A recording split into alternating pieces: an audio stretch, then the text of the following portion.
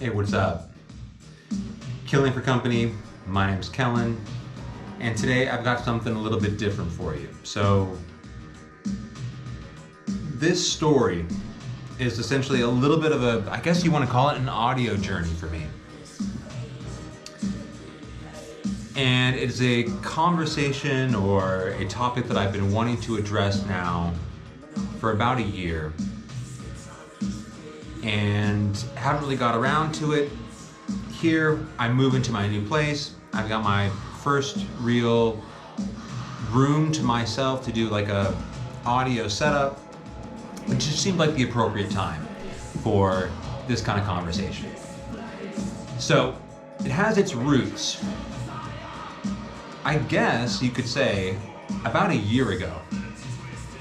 You can go look at my old videos, but Corinne and I know we just moved here, but if you go back a year, we had moved into our second apartment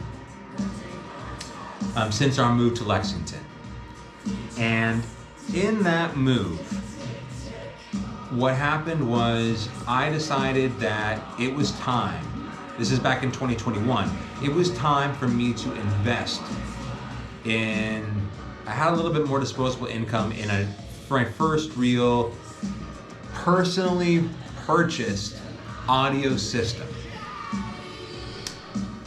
So I did something that probably most people do now, is they don't know what to purchase. I'm gonna go to YouTube and see what they tell me. And that process was eye-opening. Here in the Metal VC on YouTube, we kind of live in this world where we assume that everyone more or less knows what we're talking about, whether it's black metal or death metal, like the major names, the bands, the sound, right? This subculture, this community is great for that, and that's why I'm here for you. But you go out into the rest of the audio, the rest of the audio community that is, reviewing amps and speakers and etc. This music doesn't exist. I'm right now in the hopes that maybe someone in the audio community sees this and is not immediately terrified. This is Skinny Puppy, Cleanse, Fold, Manipulate. Probably a classic record, right? And I think I want to start here for the reason that this is something that now is, decades old, and many collectors would want to sit down and enjoy at its fullest, right? That this is a record, or records like it, the best of within a generation and a genre that are meant to be deserved and honored at some level of appreciation through a hi-fi. Is that a blasphemous, or I don't know if I'm anyway offending anyone there? Maybe not, but that's kind of the point of this video. So in my attempt to try and put together my first system, there was a lot of learning, but what I realized is there was nowhere for me to really turn. That the audio community on YouTube, or in general, right, even in print, like Audiophile or Positive Feedback, which is like an online blog, like other major publications regarding audio, do not take extreme metal into consideration, much like, traditional music criticism venues, right? Outlets, whatever. Avenues, publications, yada yada, you get the point. So, what is a metalhead to do? Here you are, you've got some money to spend, you want to upgrade your system, but there is no one out there who can tell you what is the best way to listen to your music. This is dedicated to you, because I am that person, and I'm kind of going through this right now, looking for some kind of advice and a community to help guide me. So, here we are during that time period, I'm putting together my system, and there's also some conversations happening on YouTube between metal collectors within the Metal VC. There were 2 roundtable discussions, one held on the Contact in Blood channel, and one with the Heavy Metallurgy channel, where they had like a roundtable discussion talking about the pros and cons of their collecting. Here are metalheads with decades of experience, massive, impressive collections, you know, thousands upon thousands, I'm sure. I can only imagine how much they've amassed over the years, right? Record collections that would make mine look, which is rather diminutive, right? Like between CDs and records combined, I probably have less than 1,000 pieces, okay? So they clearly have more than that, right? Now, their conversation was really just about collecting. It was not about audio. But what came to my mind was they were talking, and we all, in some degree, have this value system about, you know, what is most important is like collecting the records that we love. But there's very little emphasis built on listening to the records, right? What's probably more common that I hear is, I wish I had the opportunity to listen to most of the records that I own, or I should probably stop buying new stuff and start spending more time with the records that I have here, etc. Things like that, right? How many times have you heard that on YouTube?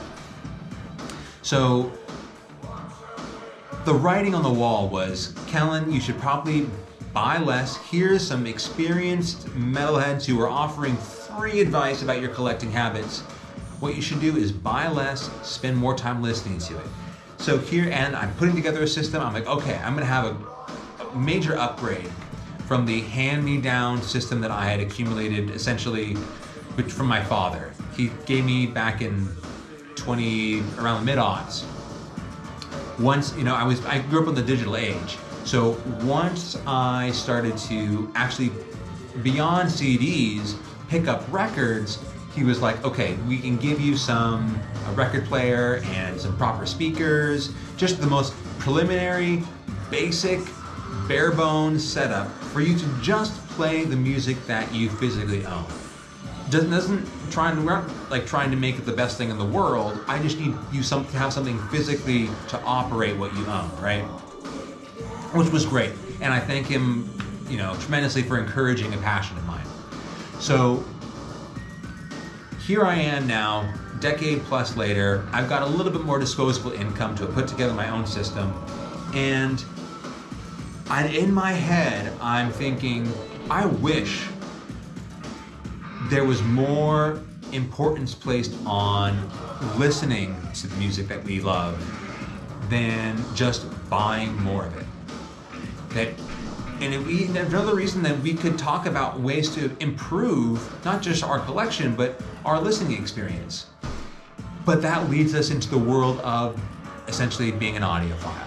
Something that most people that I know in the metal community absolutely reject identifying with. So this is going to be about how we as a community, or maybe not as a community, that I personally am trying to navigate these two things. Becoming essentially more and more of an audiophile for no other reason than wanting to enjoy the records that I have more. Knowing that there are options out there to improve my listening habits, and try and elevate that experience through my own sort of self-education and navigating with the music that I listen to, right? There's kind of like an interesting intersection between those two sort of parts of my identity. So that's what this is dedicated to, and what we're going to do next is kind of jump into a little bit of a conversation surrounding what it means to be an audiophile. Hello there. Okay, so the audiophile world. I kind of wanted to get into some of the obstacles that I feel now in my year of trying to sort of educate myself on what it means to be an audiophile. I've learned that are sort of hindrances or conflicts on identity that potentially, limit the world of audiophilia to coming to meet metal halfway.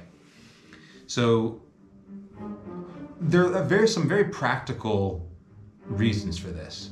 The first one, the music that you listen to is garbage. Right? I think a lot of people who are not initiated or part of the metal community, and this mirrors what is traditionally said about metal through the music criticism world, right? At least to some degree, it has plagued heavy metal from being fully accepted. So I kind of want to get into that. I think the audiophile community looks at our music and just thinks it's garbage, or maybe even just a business standpoint, not enough people listen to it for it to be practical to include in our review process. But nonetheless, it is unworthy of consideration, and there's no sense trying to optimize garbage. Your music is garbage. That cannot be optimized. It is a waste of time. 2. These are kind of more interesting points to me. 1, and I think this is probably a criticism towards all music nowadays, is the recording and mastering process. It's no longer analog. A lot of audiophiles believe that your music has to be recorded in a analog setting to be worthy of consideration. That will give you the true audiophile experience. Okay, we're listening to Mahler's Second Symphony, by the way. This is the Resurrection. I absolutely love this. Sorry for that moment. So where was I in all of this? Okay, I lost it for a second. My train of thought was production standards. Essentially that the world of analog or audiophile grade production standards eliminated metal from the conversation. The third piece to it, I think is also probably the most, interesting to me, is this notion that the further you go up the audiophile chain, essentially you're trying to replicate a live performance. That if you were to have a performer in the room, that if you had the proper audio setup, you would be able to perfectly replicate what is going on in that live acoustic setting. Okay. Or in general, like orchestral setting, whatever. Metal doesn't operate with the same paradigm, right? Like I'm not trying to recreate what I hear at a live performance necessarily to the complete degree in my home living space, right? Just personally, like I pulled out a decibel meter to see how loud I actually like to listen to my music, and it's somewhere around, like at the loudest, 85 decibels. That is incredibly loud for my 11 by 13 living space.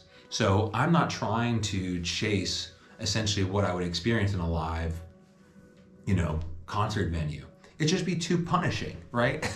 Like there's a reason I should go to those shows and then I carry earplugs. So if the standard is that we're trying to recreate what you prefer, experience in a live environment, then the goal here for metal does not work the same way.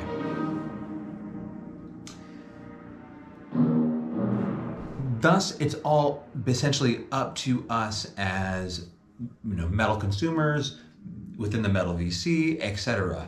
As people who listen to this music, we essentially have to determine the standards to which, if you are invested in hi-fi, we can't use the criteria and parameters that the audiophile world is telling us to believe in. We have to sort of, at some level, right, make those standards for our own. Now, I guess those are the three pieces that make it difficult for the audiophile world to apply to metal, and to some degree, right? At least from the audiophile's perspective. The music is garbage, the recording standards are not analog in the way that would meet an audiophile criteria. And third, it's not necessarily trying to replicate a live setting. So the other piece of this is essentially from the metalhead's perspective, like what do I hear metalhead saying that keep them from identifying or trying to pursue any kind of audiophile world. So I'll be right back, and we're gonna put a different record on and talk about essentially the things that are as obstacles for the metalhead community or the metal VC community to identify as audiophiles.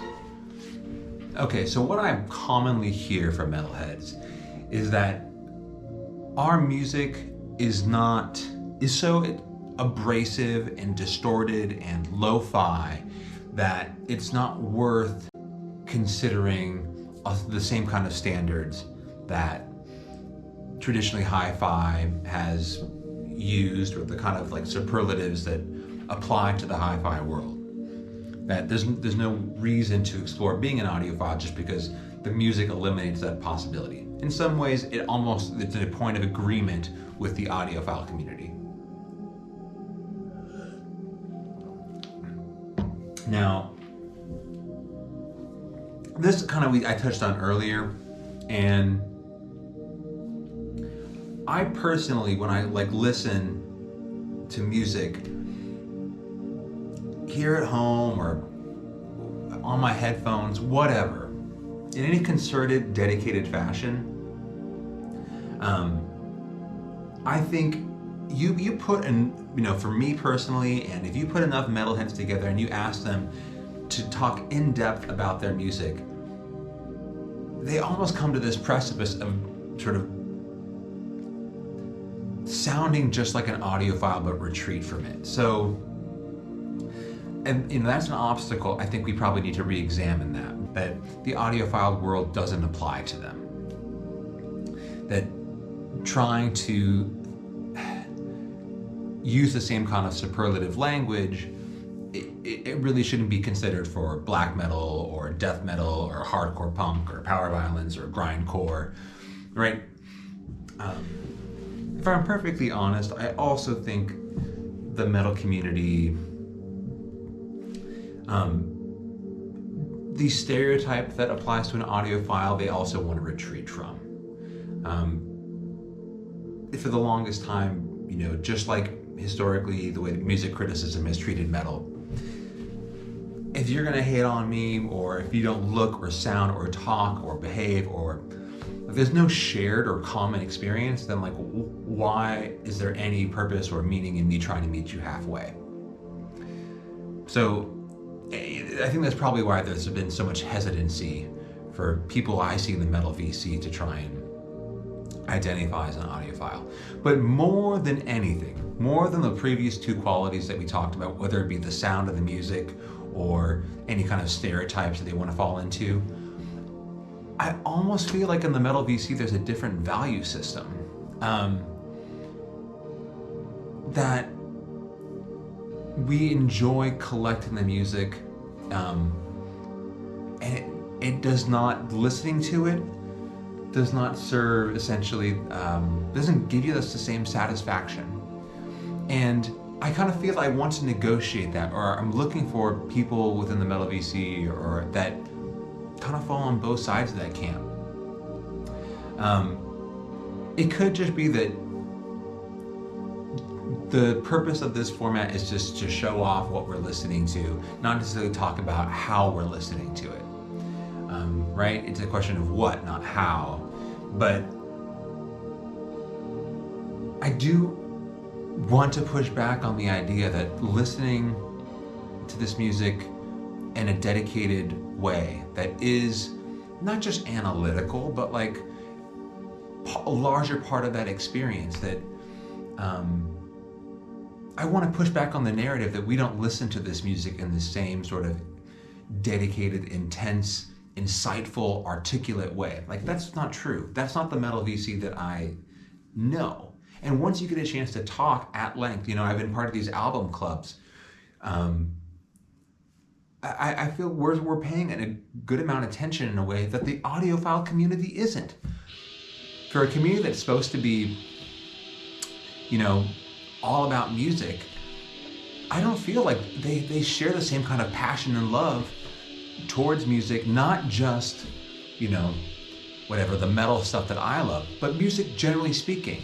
They don't try and, I don't see the same kind of passion. Now, on their end of the spectrum, they could be saying, we're just here to, talk about audiophile gear. We're not here to talk about the music that we love. And then at the same time, the message will be, audiophile gear really doesn't matter. Enjoy the music you're listening to. Don't always go out and buy too much stuff. Enjoy what you have at home. If that makes you happy, great.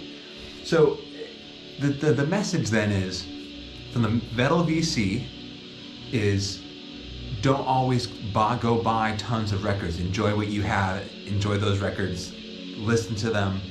Spend a bit more time with them instead of just trying to chase the next thing. You've purchased, I probably have 1,000 things here. 1,000 combined between CDs and records, probably 1,000, maybe more. I don't know. But I don't have 4, 5, 6,000+. If you were to ask me how much I have a chance to listen to them in a dedicated, passionate way, probably not as, I can tell you this, not as much as I would like. And from the audiophile community, if they're going to tell me that, enjoy what you have, don't go chasing the next best thing 24/7, that enjoy with the system that you have, learn to appreciate them before you include something new. But they don't talk about how much they love the music they listen to. So I kind of feel it's a weird place to be in, and I'm turning towards the Metal VC to have that conversation, because I don't think that the audiophile world is really ever going to get there. This is, to some extent, like, they're going to make a business decision, most likely, as to what is the music that is going to attract the greatest number of viewers. The Metal VC does not care, right? But I am curious about your listening habits in a very specific way. Like, if there's someone right now trying to build their system, they're curious as to why you included the speakers that you did pick up. If you inherited it like I had a decade plus ago, then that's great. Enjoy what you got. If you're someone who's in the market or is looking for something to include in your system, what are you looking at? Why? If you're someone who actually just isn't curious about necessarily picking up speakers, for example, but you do have, headphones that you would like to listen to, like, why did you pick up that pair of headphones? I do want to have a discussion, at least with this community, about ways in which we can improve the quality of our listening habits. Not just what we're picking up in terms of showing off, here's my recent purchase. That's great. There's tons of collection update videos out there. There's absolutely zero in terms of, here's a speaker, a headphone, an amp, a blank that I picked up that fundamentally changed the way that I listen to music, that increased my appreciation and understanding of the records that I thought I knew I was listening to. This took it to a whole new level, and I'm that much more grateful for having that experience. Like, I kind of want to start to get into that conversation. So every time you do see an update into my system, I want to be able to talk to you about it. This room's going to evolve and change and improve. Part of that's going to be learning the acoustics of how you manage a room. Just like in the same way I will pick up a microphone and pick up new video camera, so on and so forth. My listening habits, I want to improve on this channel. I would like to get to a point where I can put a record on and you hear a certain degree of clarity and in-room experience, and instead of just the samples I've been playing for you. So if you're out there and you're kind of at that intersection between improving the audio in your life and a consummate collector improving your collection, this is, video is dedicated to you. And I just wanted to put this out there, have that sort of moment of confusion and trying to figure out exactly where I fall in line. Because the more time I spend collecting records, the more I feel that the audiophile world is pulling at me in a way that isn't just, this pressing. It's also like, now that I have, an optimal release, like, for example, I had listened to Emperor's Anthems to the Welkins at Dusk, This is a version that was recorded at a different speed to try and improve the quality, the fidelity. I picked this up actually through Brain Smasher, but I am interested, like, how does this scale up? You know, my system that I have right now is all combined over $1,000, which is great, but and I'm incredibly grateful for that, and that's more than I ever envisioned investing. But here I am now a year later, I'm curious as to what the ceiling for listening to a record like this, one that I love so much, probably one of my favorite black metal records of all time. Here we get a version that is specifically mastered and produced and pressed in a way that is meant to highlight like how great it is and improve the quality, the fidelity. Thank you, Ben, for sending this my way. Hopefully I'll be able to notice that quality as my system improves in the future. So there's opportunity here for growth, for improvement. As to what the ceiling is, I don't know. It's just like your collection. I tell myself at some point in time, I'm not going to get any more records. When that day comes, I don't know. When am I going to be completely satisfied with the fidelity that I have? I don't know. But right now, I know I can do better. I know I can improve. I know there's more to learn. So until that day comes, maybe I'll let you know when it does, if it ever does. But I wanted to put this out there and get your thoughts. See, as you know, record collectors, people within the Metal VC, how do you feel about the audiophile community? If it plays any role in your listening habits, or if you ever had like a little bit of crisis of identity is where you sort of land in the conversation, please leave a comment and let me know. There's a lot of interesting things for us to kind of get into here. So I wanted to make this a bit more concise and potentially just include both people or both sides of the conversation without anyone potentially feeling offended or isolated, or they don't belong within this conversation. That's all I have for you. Got more videos on the way soon. This is something a little bit different than it's been on my mind, but until then, I'll see you guys later. Oh, speaking of which, we're gonna close this out. I'll turn this up. Winter Moon Enchantment, Evil Feast. It's, essentially winter time here. Black metal's in rotation. This is part of my audiophile experience. So, nevertheless, until then, I'll see you guys later. Bye.